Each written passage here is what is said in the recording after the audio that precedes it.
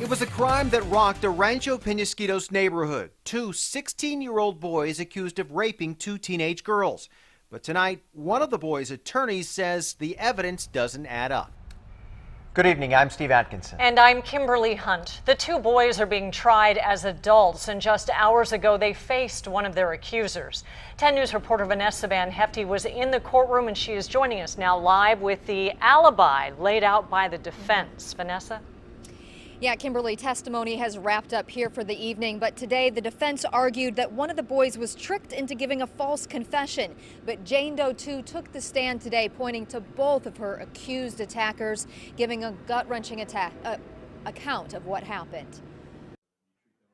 Lionel Contreras and William Rodriguez showed no emotion as this 16-year-old girl testified how they took turns brutally raping her and her best friend for 40 minutes. Because there was a knife to her throat.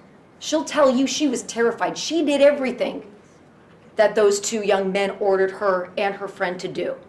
The judge ordered us not to show Jane Doe 2's face or play her audio. With the therapy dog at her side, her voice cracked as she talked about being tackled and dragged to this secluded park area.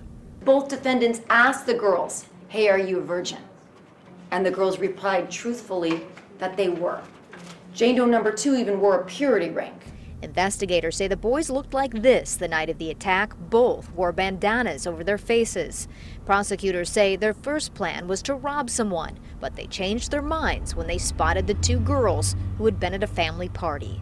Prosecutors say the taped confession says it all. You'll hear Mr. Contreras say, "I want to tell the girls I'm sorry."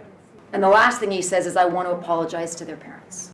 Contreras' attorney, meantime, says there's not enough DNA evidence to prove the case, and that confession wasn't real. Because a scared 16-year-old boy was psychologically coerced to falsely confess to multiple rapes that DNA shows he didn't commit.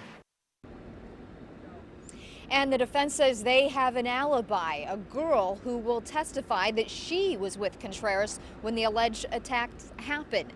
The prosecution says DNA evidence will prove otherwise. Live at the Hall of Justice, Vanessa Van Hefty, 10 News.